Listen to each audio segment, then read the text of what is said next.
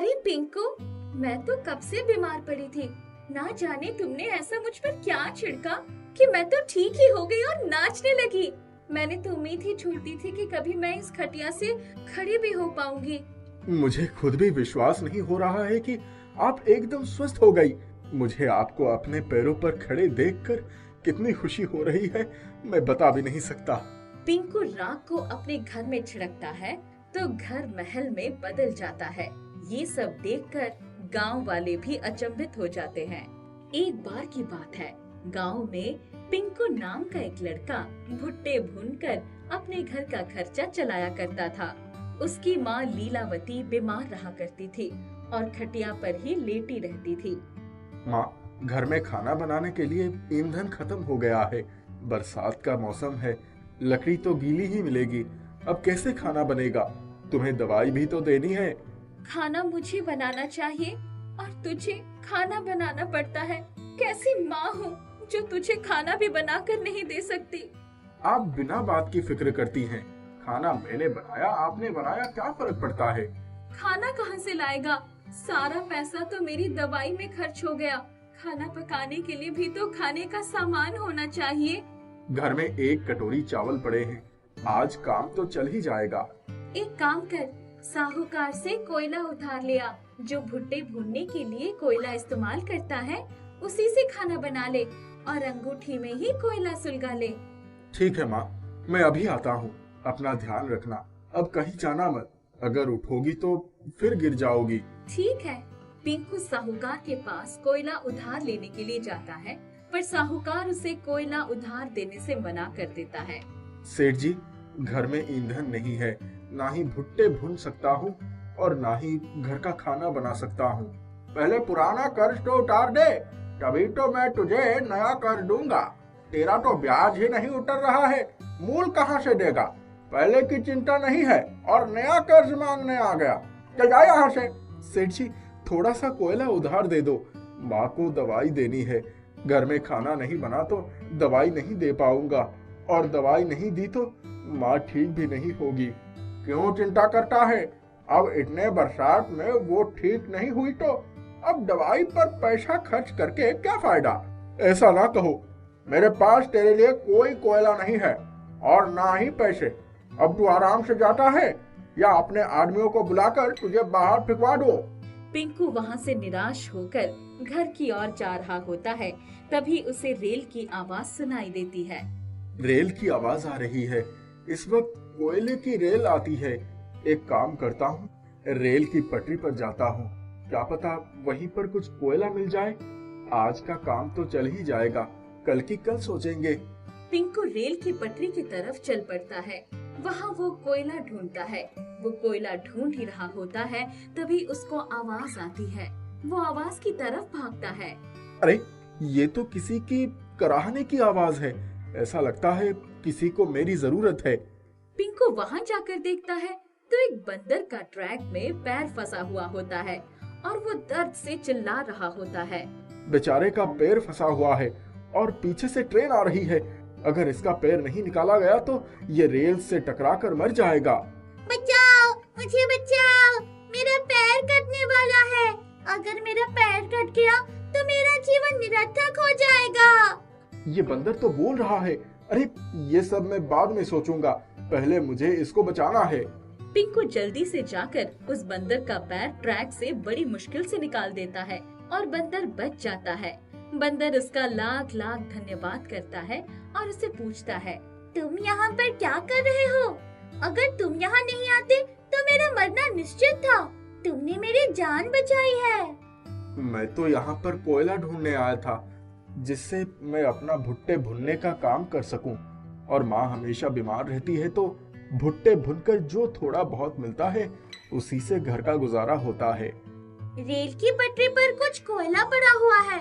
तुम इस पटरी के कोयले को ले जाओ, पर एक काम करना, तुम इस कोयले के राख को फेंकना मत। कुछ अपनी माँ के ऊपर डाल देना और कुछ को पूरे घर में छिड़क देना। जो बची राख हो उसे एक बर्तन में रख देना और ढक देना। पिंकू उन थोड़े से कोयले को लेकर घर की तरफ चल पड़ता है और जैसे बंदर ने कहा था वैसा ही करता है। कुछ दिन उसे भुट्टे बाकी दिनों से से ज्यादा कीमत पर बिकने लगते हैं। ऐसा लग रहा था जैसे कि पूरा गांव उसके भुट्टे खरीदने आ गया है। यहाँ तक कि उसके भुट्टे खत्म ही नहीं हो रहे थे और पैसे आए जा रहे थे। माँ देखो, आज तो बहुत ही ज्यादा कमाई हुई है। इतनी तो कमाई मैंने सोची भी नहीं थी। ये सब मेरी मेहनत का ही तो फल है। तू दिन रात इतनी मेहनत करता है। जब कोयला ठंडा हो जाता है तो उसकी थोड़ी सी राख अपनी बाकियों पर छिड़क देता है और जैसे ही वो छिड़कता है तो लीलावती ठीक हो जाती है। लीलावती खुशी से नाचने लग जाती है। पिंकू लीलावती को स्वस्थ देखकर बहुत खुश होता है। माँ, ये तो चमत्कार हो गया। रुको, मैं ये राख घर में भी छिड़क देता हूँ। आखिर ये सब तू कर क्या रहा है? मुझे कुछ बताएगा? आप कुछ देर रुको तो सही, मुझे बहुत कुछ समझ में आ रहा है। पिंकू उस राख को घर में छिड़क देता है और उसकी छोटी सी झोपड़ी महल में परिवर्तित हो जाती है। माँ, मुझे एक बंदर ने ये राख छिड़कने के लिए कहा था और मैंने ये छिड़क दी। देखो, अब सब कुछ ठीक हो गया है। मैंने उसकी जान बचाई थी, पर मुझे क्या पता था कि उसकी जान बचाने से मैं इतना अमीर हो जाऊंगा। परोपकार का तो फल मिल ही जाता है। तूने उसकी मदद की, इसलिए ईश्वर ने तेरी मदद की है। देख, अब मैं भी ठीक हो गई और घर भी महल बन गया। बची हुई राख को पिंकू एक बर्तन में बंद करके रख देता है। जब वो दूसरे दिन उसको खोलकर देखता है तो उसमें राख की जगह हीरे होते हैं। उस जादुई राख ने हमारा जीवन ही बदल दिया। पर हमें अपने पुराने दिन नहीं भूलने चाहिए। हमें जितना मिला है उससे लोगों की मदद भी करनी चाहिए। आप सही कह रही हैं माँ। मैं आज ही जाकर अस्पताल बनवा कर आता हूँ, जहाँ पर हम जैसे गरीबों का इलाज हो सके। क्योंकि जब तुम बीमार थी तो मैं पैसे की तंगी की वजह से तुम्हारा सही से इलाज नहीं कर पा रहा था। अब मैं ऐसा अस्पताल बनाऊंगा जिसमें पैसों की कोई जरूरत ना हो और जहाँ लोग मुफ्त में इलाज करा सके। पिंकू उस जादुई राख से अमीर तो हो जाता है, परंतु फिर भी वो दूसरों की मदद करने की आदत को नहीं छोड़ता और इसी तरह से लोगों की मदद करता रहता है। सब उसको बहुत चाहने लगते हैं। गंगा नदी के किनारे सुंदरपुर नाम का एक गांव बसा हुआ था। उस गांव में मदन नाम का एक गरीब किसान रहता था। गांव में उनकी थोड़ी सी जमीन थी। फसल से जो आमदनी होती उसी से अपने परिवार का खर्च चला लेता था। घर में उसकी पत्नी चंपा थी, जो घर का काम करने के साथ अपने पति के साथ भी मेहनत मजदूरी करती थी। उनका एक ही बेटा था, शरद। प्यार से सब उसे पिंकू बुलाते थे। एक दिन, माँ, मेरा स्कूल बैग बिल्कुल पुराना हो गया है। इसमें से मेरी किताबें गिर जाती है। मुझे नया बैग दिलवा दो। अभी 2 साल पहले 7वीं में ही तुम्हारे लिए बैग खरीदा था। माँ, मैं कुछ नहीं जानता। मेरा बैग फट गया है। मेरे लिए बैग नहीं आएगा तो मैं स्कूल नहीं जाऊंगा। स्कूल तो जाना ही होगा। इतनी जिद करने से बैग थोड़ी मिल जाएगा। चलो जल्दी तैयार हो जाओ स्कूल के लिए। तुम्हारा पढ़ाई लिखाई में मन तो लगता नहीं है, बस उल जलूल मांगे करते रहते हो। पिंकू पैर पटकते हुए उठा और तैयार होकर स्कूल चला गया। उसको स्कूल जाने का बिल्कुल भी मन नहीं था। एक तो पहले ही उसको पढ़ना लिखना बिल्कुल भी पसंद नहीं था, ऊपर से फटा पुराना बैग। आज स्कूल जाऊंगा ही नहीं। नदी के किनारे चलकर बैठता हूँ। वो नदी के किनारे पहुंचा ही था कि उसने देखा कि नदी में एक व्यक्ति पानी में हाथ पैर मार रहा था और बचाओ बचाओ चिल्ला रहा था। आप चिंता मत करो, मैं अभी आया। इतना कहकर वो नदी में कूद गया और उस व्यक्ति को बाहर निकाल लाया। आसपास के कई लोग इकट्ठा हो गए थे। पिंकू ने उसे जमीन पर पेट के बल लिटाकर उसकी पीठ पर जोर लगाया ताकि उसके पेट में गया हुआ पानी निकल सके। थोड़ी देर बाद ही उसे होश आ गया। वो उठकर बैठ गया। मुझे किसने बचाया?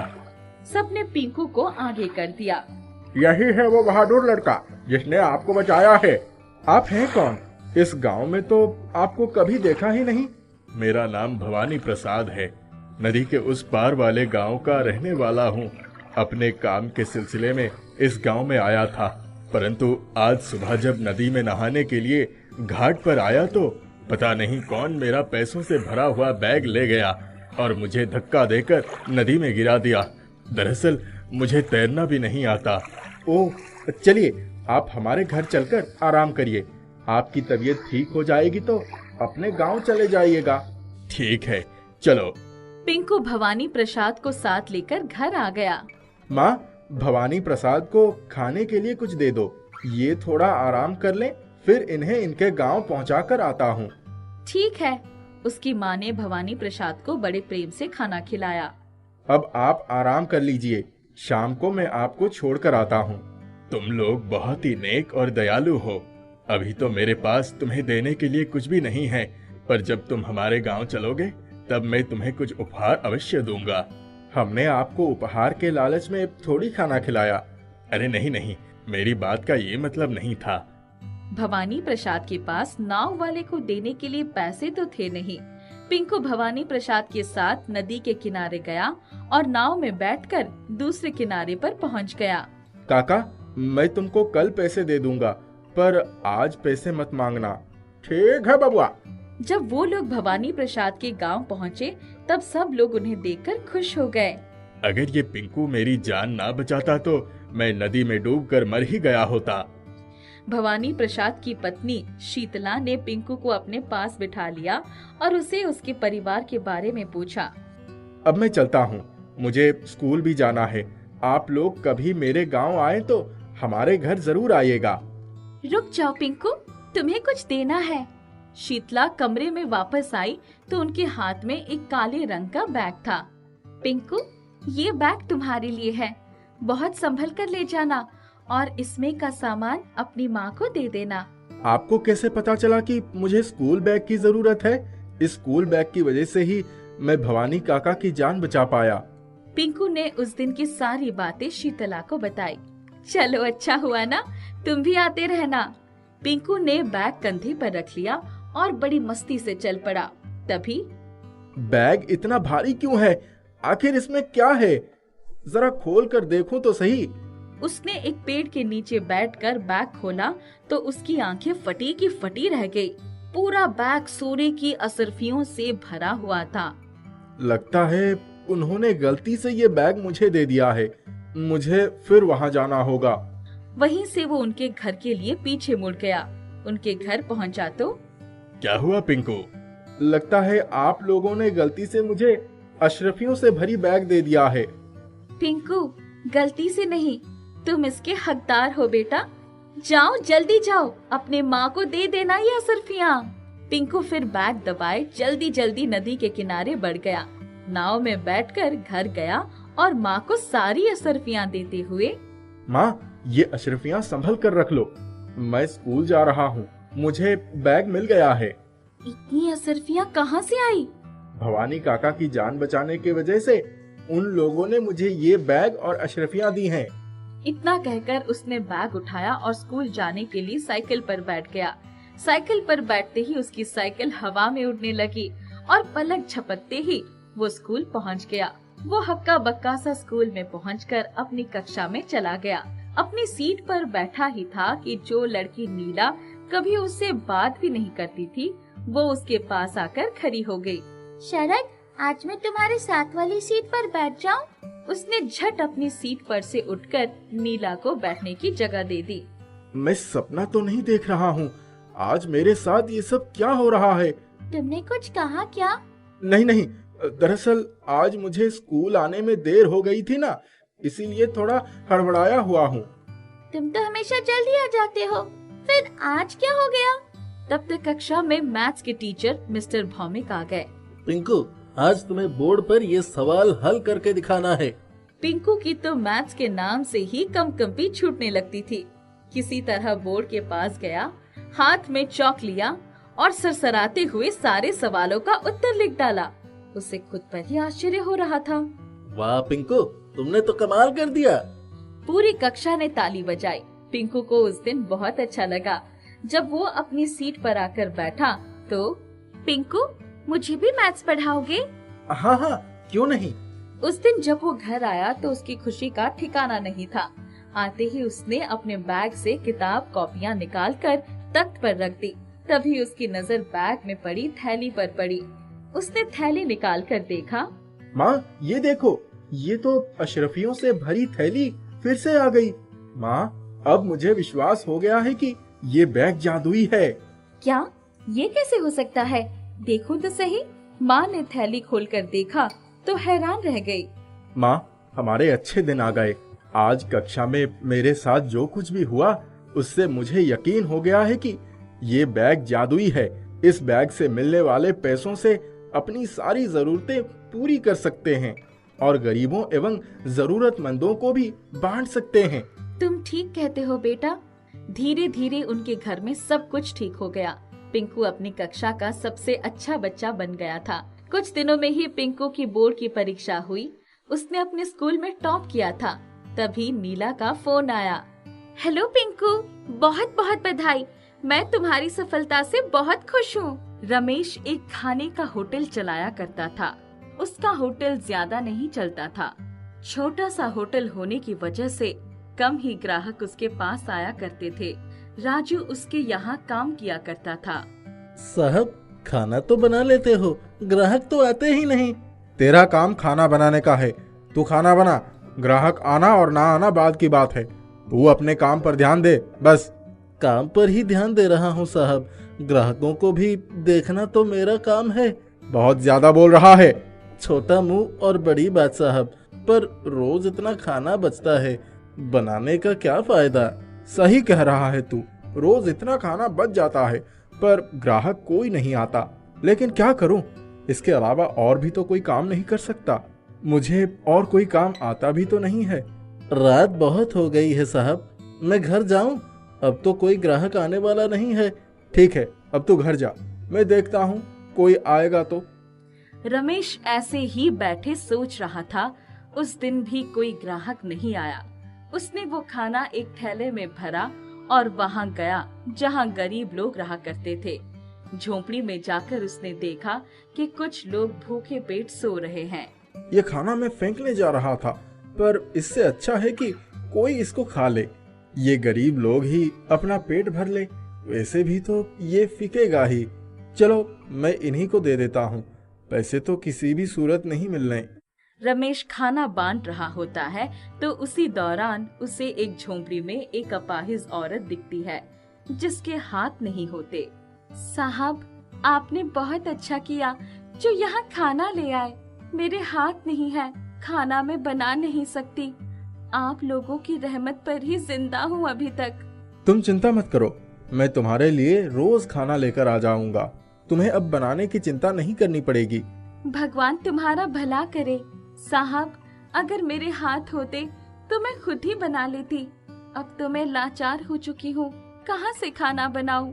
जो खाना रात को रमेश के होटल में बच जाता था वो प्रियंका को रोज लाकर देता। ऐसे ही उसे कई दिन हो गए। एक दिन प्रियंका ने उसे रोक कर कहा, साहब, आपने मुझे बहुत दिन तक खाना खिलाया है, इसके लिए मैं आपको कुछ देना चाहती हूँ। मुझे कुछ नहीं चाहिए, तुम्हारा पेट भर सकूं इतना ही मेरे लिए काफी है। साहब, मेरे पास कुछ और तो देने के लिए नहीं है, पर जब मेरे हाथ सही सलामत थे मैं करी पाउडर बनाया करती थी। सारे करी पाउडर खराब हो गए, परंतु वो एक करी पाउडर का डिब्बा बचा है। मैं चाहती हूँ कि आप इस करी पाउडर के डिब्बे को ले जाएं और अपने खाने में इस्तेमाल करें। क्या करूँगा इस करी पाउडर का मैं?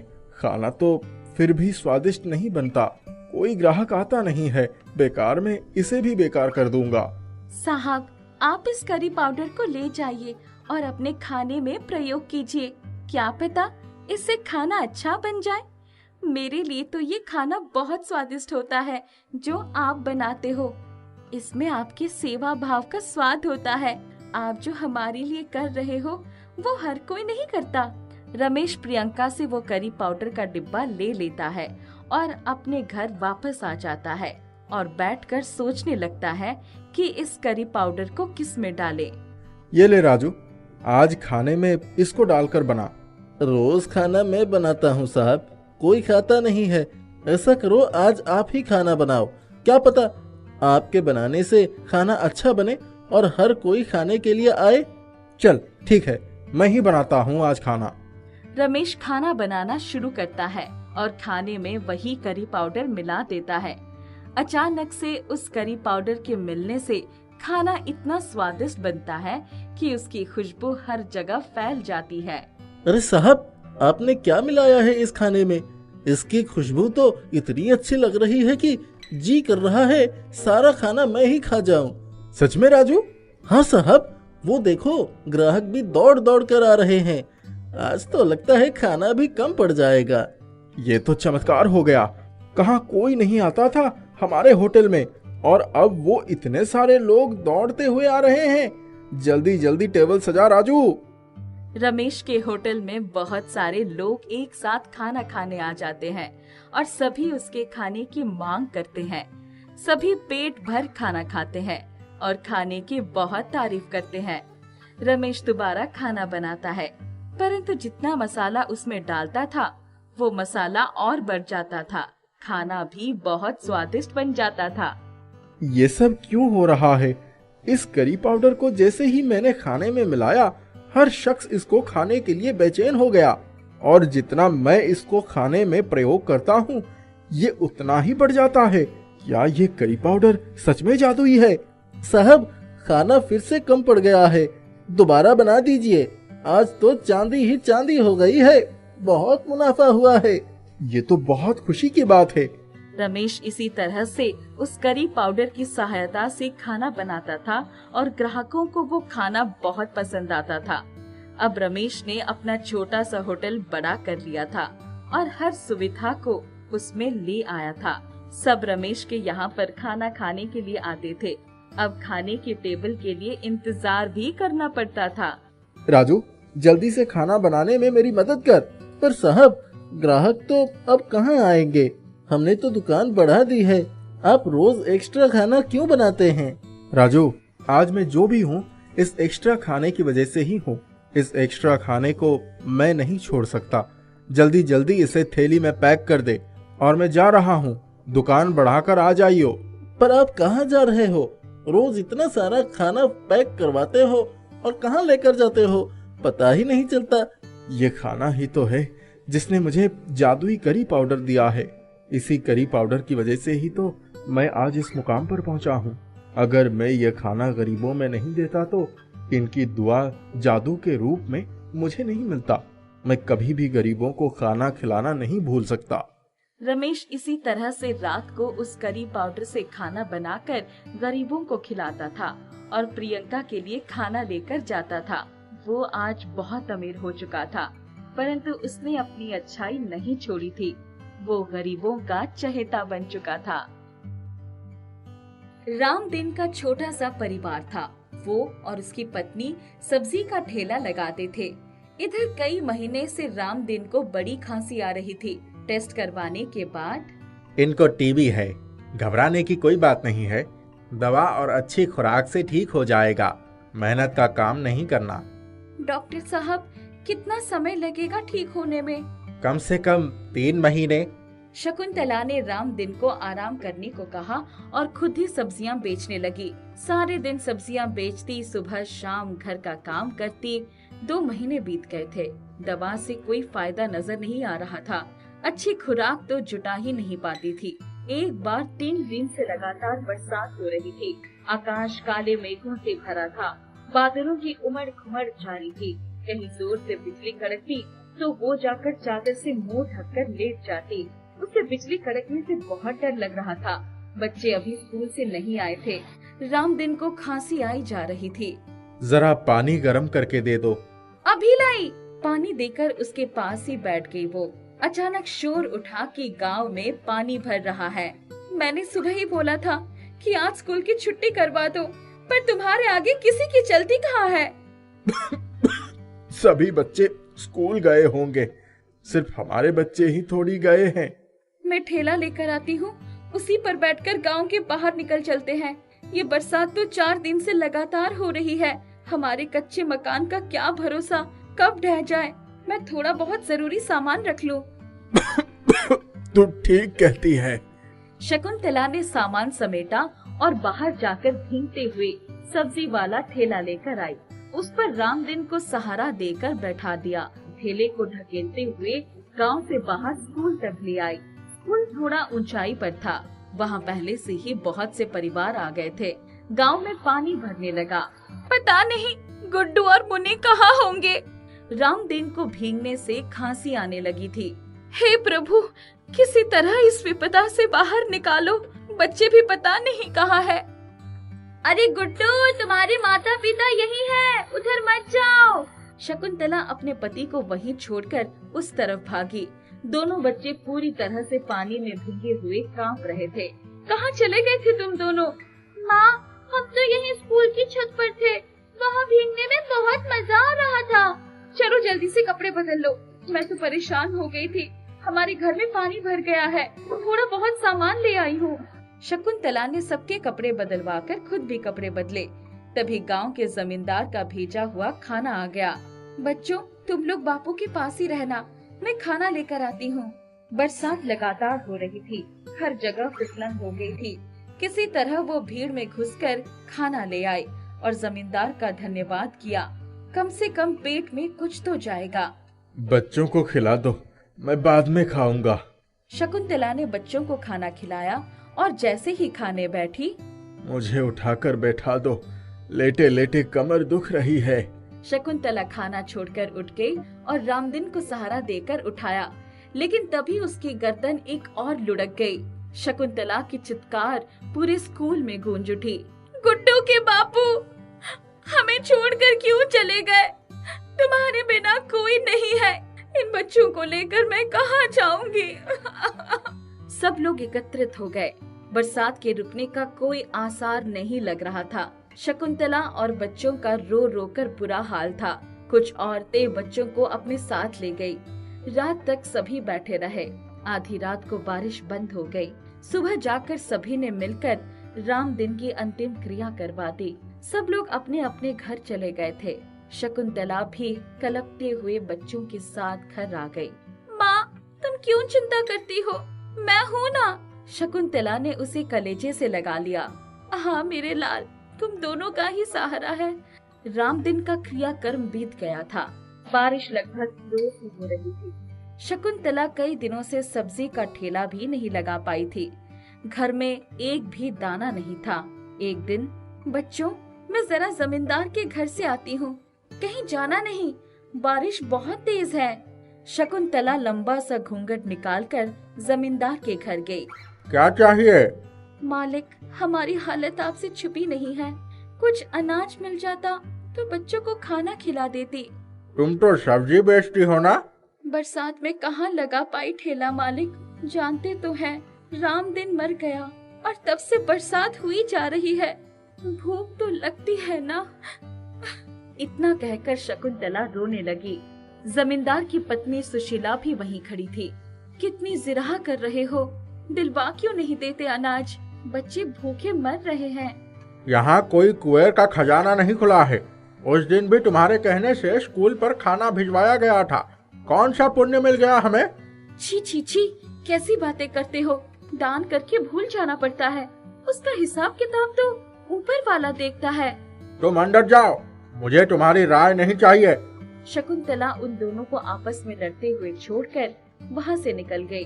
कुछ समझ में नहीं आ रहा था कि कहाँ से भोजन जुटाए। घर आकर चिंता में बैठी थी कि दरवाजे पर दस्तक हुई। कौन है? रुको, अभी आता हूँ। दरवाजे पर दो आदमी खड़े थे। बच्चा, अपनी अम्मा को बुला लाओ। क्या हुआ भैया? जमींदार की पत्नी ने सामान भिजवाया है। शकुंतला की आंखों से झरझर आंसू बहने लगे। उसने बोरी रखवा लिया। मालकिन से कहना, मैं इस एहसान का बदला कभी नहीं भूलूंगी। जब उसने बोरी खोली तो उसमें चावल, दाल, आटा, तेल, मसाले सब कुछ था। उसने तुरंत खाना बनाकर बच्चों को खिला दिया और खुद भी खाया। आज कितने दिनों बाद सबका पेट भरा था, पर अनाज धीरे धीरे खत्म हो गया। अब तो मुझे कुछ काम करना ही होगा। सब्जी का काम अकेले नहीं हो पाएगा। दूसरे दिन वो गांव में काम ढूंढने गई तो उसे धान की रोपाई का काम मिल गया। बरसात में भीग भीग कर वो खेतों में रोपाई करने लगी। किसी तरह मजदूरी मिल जाती तो पेट भर खाना मिल जाता। एक दिन, माँ, स्कूल में सब बच्चे कहते हैं कि हम बहुत करीब हैं। क्या हम सचमुच बहुत करीब हैं? बेटा, बच्चों की बात मत सुनो, ध्यान लगाकर पढ़ाई करो। शकुंतला ने अपने बच्चों को खाना खिलाकर स्कूल भेजा और खुद काम पर चली गई। घर वापस आई तो बरसात की वजह से उसका कच्चा घर ढह गया था। उसके पास सर छुपाने की जगह भी न बची थी। मुझे ये गांव ही छोड़कर जाना होगा। उसने सारा सामान बांधा और बच्चों के स्कूल से आने के बाद अपने ठेले पर सामान रखकर शहर की तरफ चल पड़ी। तभी उसे जमींदार की पत्नी सुशीला मिल गई। कहाँ जा रही हो शकुंतला? क्या करूं मालकिन, घर का ही सहारा था, वो भी ढह गया। शहर जाकर ही कुछ काम धंधा देखूंगी। शहर में मेरी बहन विमला रहती है, मैं उसका पता लिख कर देती हूँ। तुम मेरी बहन के पास चली जाओ, वो लोग बहुत अच्छे हैं, जरूर तुम्हारी मदद करेंगे। ये लो, कुछ पैसे रख लो, रास्ते में काम आएंगे। शकुंतला ने सुशीला के पैर पकड़ लिए। मालकिन, ऐसा कलेजा बहुत कम लोगों का होता है, आपने हमारा बहुत बड़ा काम कर दिया। शकुंतला किसी तरह शहर पहुंचकर विमला के घर पहुंच गई। विमला ने जब सुना कि उसकी बहन ने उसे भेजा है तो, शकुंतला, मेरे घर के बाहर एक कमरा खाली पड़ा है, तुम उसी में सामान रख दो और बच्चों को नहला धुला दो, उसके बाद घर आ जाना। शकुंतला जब घर के अंदर गई तो इतनी बड़ी कोठी देखकर उसके आंखें फटी की फटी रह गई। आओ, पहले सब लोग खाना खा लो, आज जाकर आराम कर लो, कल से तुम हमारे घर का सारा काम करना। मैं तुम्हें महीने में 1000 रुपए दूंगी, बच्चों का एडमिशन पास के स्कूल में करवा देंगे। शकुंतला की आंखों से झरझर आंसुओं की धारा बहने लगी। दीदी, आप भी मालकिन जैसे ही हो। मैंने घर छोड़ते समय सोचा था कि ये बारिश का कहर हमारी जान ले लेगा, पर अब हमें आपका सहारा मिल गया। आप बहुत अच्छी हो। शकुंतला, मेहनती लोगों को हमेशा कोई ना कोई सहारा मिल ही जाता है। अब उनके सिर पर छत थी। लखन ने जैसे ही घर के अंदर कदम रखा तो माँ को फर्श साफ करते हुए देखकर चिंतित हो गया। उसे माँ को इस उम्र में इस तरह काम करता देख जब बर्दाश्त ना हुआ तो वो स्वयं काम करने लगा। माँ, इस उम्र में ये सब काम मत किया करो, घर और कपड़ों की साफ सफाई मैं कर दिया करूँगा। आपके हाथों की सिर्फ रोटियां खाने का मन हमेशा रहेगा, क्योंकि मुझ में खाना बनाने का हुनर नहीं है। बेटा, ये सब तो घर का काम है, मैं हमेशा करती आई हूँ। अब तक करती आई थी, लेकिन अब इस उम्र में नहीं करना है। आपकी तबीयत भी ठीक नहीं रहती। मैं जब तक किसी नौकरानी का इंतजाम नहीं कर देता तब तक मैं ही ये सारा काम संभाल लूंगा। बेटा, अब हमारे घर में नौकरानी नहीं बहुरानी की जरूरत है। जब से बड़ी बहू ने घर छोड़ा है, सब जिम्मेदारी मेरे ही कंधों पर आ गई है। उसे तो उसके माँ बाप यहाँ आने नहीं देंगे। अब तू ही अपना ब्याह कर ले, मैं भी चैन की सांस लूंगी। माँ, भैया क्या परदेश गए? भाभी के मायके वालों ने हद कर दी। भाभी की इच्छा ना होते हुए भी उसे मायके में ही रख रहे हैं। आप तो जानती हैं, मैंने कई बार कोशिश की, लेकिन भाभी के पापा और मम्मी भाभी को यहाँ भेजने के लिए तैयार ही नहीं हुए। कह रहे थे, तुम लोगों को बहू नहीं नौकरानी चाहिए। बिटिया का बहुत बुरा हाल कर दिया। घर का काम करने से कोई नौकरानी तो नहीं बन जाती। मैं भी तो वही सब काम करती रही हूँ। बड़ी बहू आज भी इस घर की बड़ी बहुरानी ही है। मेरा गोपाल जब आ जाएगा तब उसे लेकर आएगा, तब तक तो उसे वे लोग विदा नहीं करेंगे। बेटा, तो परदेश मत जाना, तेरा ब्याह कर दूंगी और तू यही रहेगा, तो छोटी बहुरिया भी साथ रहेगी। माँ, इतनी जल्दी तो मेरा ब्याह होने वाला नहीं है। एक बार मैं भैया से कहलवाकर घर पर जरूर लेकर आऊंगा। अगर भाभी के घर वाले नहीं माने तो भैया को परदेश से बुलाकर ही मानूंगा। लखन ने बड़े भैया से बात करके उनका वास्ता देकर भाभी की विदाई करवा ही दी। जिस दिन भाभी घर में आई, लखन के बड़े भैया गोपाल का फोन आ गया और उसने एक दुखद समाचार दे दिया। उसकी अच्छी खासी नौकरी छूट गई। ये खबर किसी सदमे से कम नहीं थी। माँ लखन और उसकी भाभी सभी बहुत दुखी हो गए। उनकी पड़ोसन सोमी वही बैठी थी। उसे भी ये बात ज्ञात हो गई। हे भगवान, बहू के कदम घर में पड़े और ये बुरी खबर अब आ गई। अब क्या होगा? एक कमाऊ पूत और उसकी भी नौकरी चली गई। काकी, कैसी बातें कर रही हो? जो हो नहीं रहती है हो जाती है। अब इस सब में भाभी को क्यों घसीट रही हो? अभी अभी आपके कदम भी तो हमारे घर पे पड़ी है। इस तरह किसी दूसरे पर लांछन लगाना अच्छी बात नहीं है। लखन की आवाज सुनकर पड़ोसन पैर पटकते हुए निकल गई। लखन जाकर भाभी को समझाने लगा। माँ, भाभी, आप लोग चिंता मत करिए, सब कुछ ठीक हो जाएगा। भैया को घर बुला लिया जाए, यहीं पर कुछ ढंग का कारोबार कर लिया जाएगा। मैं भी खेती करने के साथ साथ उनके कामों में हाथ बटा लिया करूँगा। दोनों भाई मिलकर कुछ अच्छा करेंगे। अब तो भाभी भी आ गई हैं। बेटा, अच्छी नौकरी लगी थी, तनख्वाह भी अच्छी मिल रही थी, पता नहीं किसकी नजर लग गई। माँ, आप चिंता मत करो, भगवान ने शायद उससे भी अच्छा कुछ लिख रखा होगा। बड़े भैया तो बड़े ईमानदार और मेहनती हैं, वो जहाँ भी जुटेंगे कामयाब हो जाएंगे। लखन ने देखा तो भाभी मूर्ति बनकर उसकी बातें सुन रही थी। उसके चेहरे पर दुख की रेखाएं साफ झलक रही थी। लखन ने उन्हें फिर से समझाया और फिर भैया का फोन आ गया। उन्होंने कहा कि वो घर आ रहे हैं। देखो बेटा, घर आ रहा है, उसके सामने हम लोग कोई चिंता जाहिर नहीं करेंगे, उसे भी हमेशा खुश रखने की कोशिश करेंगे। दूसरे दिन सवेरे सवेरे एक खबर फैल गई कि गांव में चोरी हो गई। पड़ोसन सवेरे कुछ पोटली में सामान लेकर लखन के घर के पास आई और खिड़की के पास पहुंची और फिर तेजी कदमों से लौट गई। कुछ देर के बाद पुलिस आ गई और सामी के इशारे पर पुलिस के लोग वहां आकर घर पर आ गए। पुलिस को एक पोटली में वहां से चोरी का सामान मिल गया। पुलिस ने तुरंत लखन को गिरफ्तार कर लिया। देखिए साहब, मैंने कोई चोरी नहीं की है। हाँ साहब, मेरा बेटा चोर नहीं है, ये पोटली किसी ने हमारे यहाँ फेंकी है। देखो, चोरी का माल तुम्हारे घर से बरामद हुई है, इसलिए तुम्हें पुलिस स्टेशन चलना पड़ेगा।